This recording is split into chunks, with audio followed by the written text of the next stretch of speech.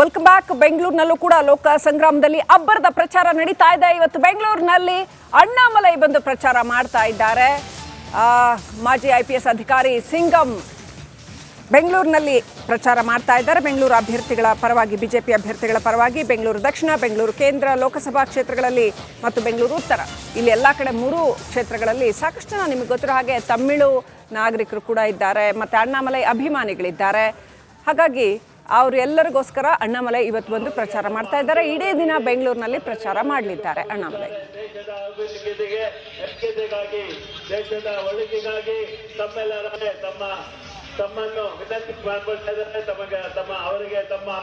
ಈ ಕ್ಷಣ ಎಲ್ಲಿ ಪ್ರಚಾರ ಮಾಡ್ತಾ ಇದ್ದಾರೆ, ಹೇಗೆ ನಡೀತಾ ಇದೆ ಪ್ರಚಾರ ತಿಳ್ಕೊಳ್ಳೋಣ. ನಮ್ಮ ಪ್ರತಿನಿಧಿ ರಂಜಿತ್ ಶಿರಿಯಾರ್ ಸಂಪರ್ಕದಲ್ಲಿದ್ದಾರೆ. ರಂಜಿತ್, ಅಣ್ಣಾಮಲೈ ಅಂತಂದ್ರೆ ಒಂದು ಬೇರೆನೆ ವೈಬ್ ಅನ್ನೋ ಮಟ್ಟಿಗೆ ಅವ್ರಿಗೆ ಅಭಿಮಾನಿಗಳಿದ್ದಾರೆ. ಬೆಂಗಳೂರಿನಲ್ಲೂ ಸಿಕ್ಕಾಪಟ್ಟೆ ಅಭಿಮಾನಿಗಳಿದ್ದಾರೆ.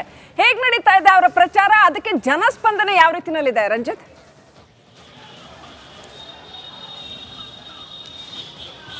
ಶ್ರೀಲಕ್ಷ್ಮಿ, ನಾನಿರುವಂಥ ಜಾಗ ನೀವು ಗಮನಿಸ್ತಾ ಇದ್ದೀರಲ್ಲ, ಇದು ತಮಿಳರು ಹೆಚ್ಚಿರುವಂಥ ಜಾಗ. ಇದು ಅಣ್ಣಾಮಲೈ ಅವರು ಪ್ರಚಾರವನ್ನು ಮಾಡ್ತಾ ಇದ್ದಾರೆ. ಮುಂದ್ಗಡೆ ಟ್ಯಾಬ್ಲೋನಲ್ಲಿ ಅಣ್ಣಾಮಲೈ ಹೋಗ್ತಾ ಇದ್ರೆ, ಅವರ ಹಿಂದ್ಗಡೆ ಟ್ಯಾಬ್ನಲ್ಲಿ ನಾವು ಬರ್ತಾ ಇದ್ದೀವಿ.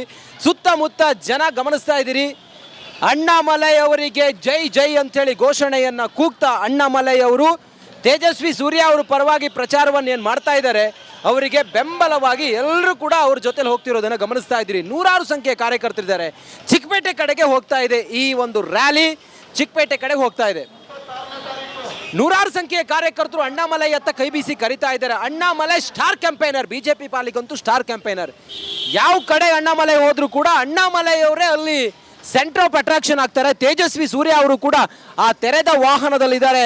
ಶ್ರೀಲಕ್ಷ್ಮಿ ಅವರು ದಿಂಗಾಲೇಶ್ವರ ಶ್ರೀ ತಮ್ಮ ನಾಮಪತ್ರವನ್ನ ವಾಪಸ್ ಪಡೆದಿದ್ದಾರೆ. ಲೋಕ ಅಖಾಡದಲ್ಲಿ ಅವರು ಪಕ್ಷೇತರವಾಗಿ ಸ್ಪರ್ಧಿಸೋದಕ್ಕೆ ಹೊರಟಿದ್ರು. ಇದೀಗ ನಾಮಪತ್ರ ವಾಪಸ್ ಪಡೆದಿದ್ದಾರೆ. ಸೂಚಕರ ಮೂಲಕ ನಾಮಪತ್ರವನ್ನು ಸ್ವಾಮೀಜಿ ವಾಪಸ್ ಪಡೆದಿದ್ದಾರೆ. ಸಚಿನ್ ಪಾಟೀಲ್, ಅಮೃತ ಬಳ್ಳೋಳಿಯಿಂದ ನಾಮಪತ್ರ ವಾಪಸ್ ಪಡೆಯಲಾಗಿದೆ. ದಿಂಗಾಲೇಶ್ವರ ಶ್ರೀ ಸ್ಪರ್ಧೆ ಸಾಕಷ್ಟು ಕುತೂಹಲವನ್ನು ಮೂಡಿಸಿತ್ತು. ಅಷ್ಟೇ ಅಲ್ಲ, ಅಲ್ಲಿ ಪ್ರಹ್ಲಾದ್ ಜೋಶಿಗೆ ಅದು ಥ್ರೆಟ್ ಆಗುತ್ತಾ ಅನ್ನುವಂಥ ಪ್ರಶ್ನೆಯನ್ನು ಕೂಡ ಮೂಡಿಸಿತ್ತು. ಮತ್ತೊಂದು ಕಡೆ ಕಾಂಗ್ರೆಸ್ ಅಭ್ಯರ್ಥಿಗೂ ಕೂಡ ವೋಟ್ ಒಡೆಯುವ ಚಾನ್ಸಸ್ ಇದೆಯಾ ಅನ್ನುವಂಥ ಪ್ರಶ್ನೆಯನ್ನು ಕೂಡ ಮೂಡಿಸಿತ್ತು. ಇದೀಗ ದಿಂಗಾಲೇಶ್ವರ ಶ್ರೀ ಕಣದಿಂದ ಹಿಂದೆ ಸರಿದಿದ್ದಾರೆ. ಪಕ್ಷೇತರರಾಗಿ ಸ್ಪರ್ಧಿಸಿದ್ದ ಅವರು ನಾಮಪತ್ರವನ್ನು ವಾಪಸ್ ಪಡೆದಿದ್ದಾರೆ. ನಾಮಪತ್ರವನ್ನು ಸೂಚಕರ ಮುಖಾಂತರ ವಾಪಸ್ ಪಡೆದಿದ್ದಾರೆ. ಯಾವ ಕಾರಣಕ್ಕೆ ವಾಪಸ್ ಪಡೆದ್ರು ಅನ್ನೋದು, ಅವರ ಅಭಿಪ್ರಾಯ ಏನು ಅನ್ನೋದು ಅದೆಲ್ಲ ಇನ್ನಷ್ಟೇ ಗೊತ್ತಾಗಬೇಕಾಗಿದೆ. ಸದ್ಯ ಲೋಕ ಅಖಾಡದಿಂದ ಹಿಂದೆ ಸರಿದಿದ್ದಾರೆ.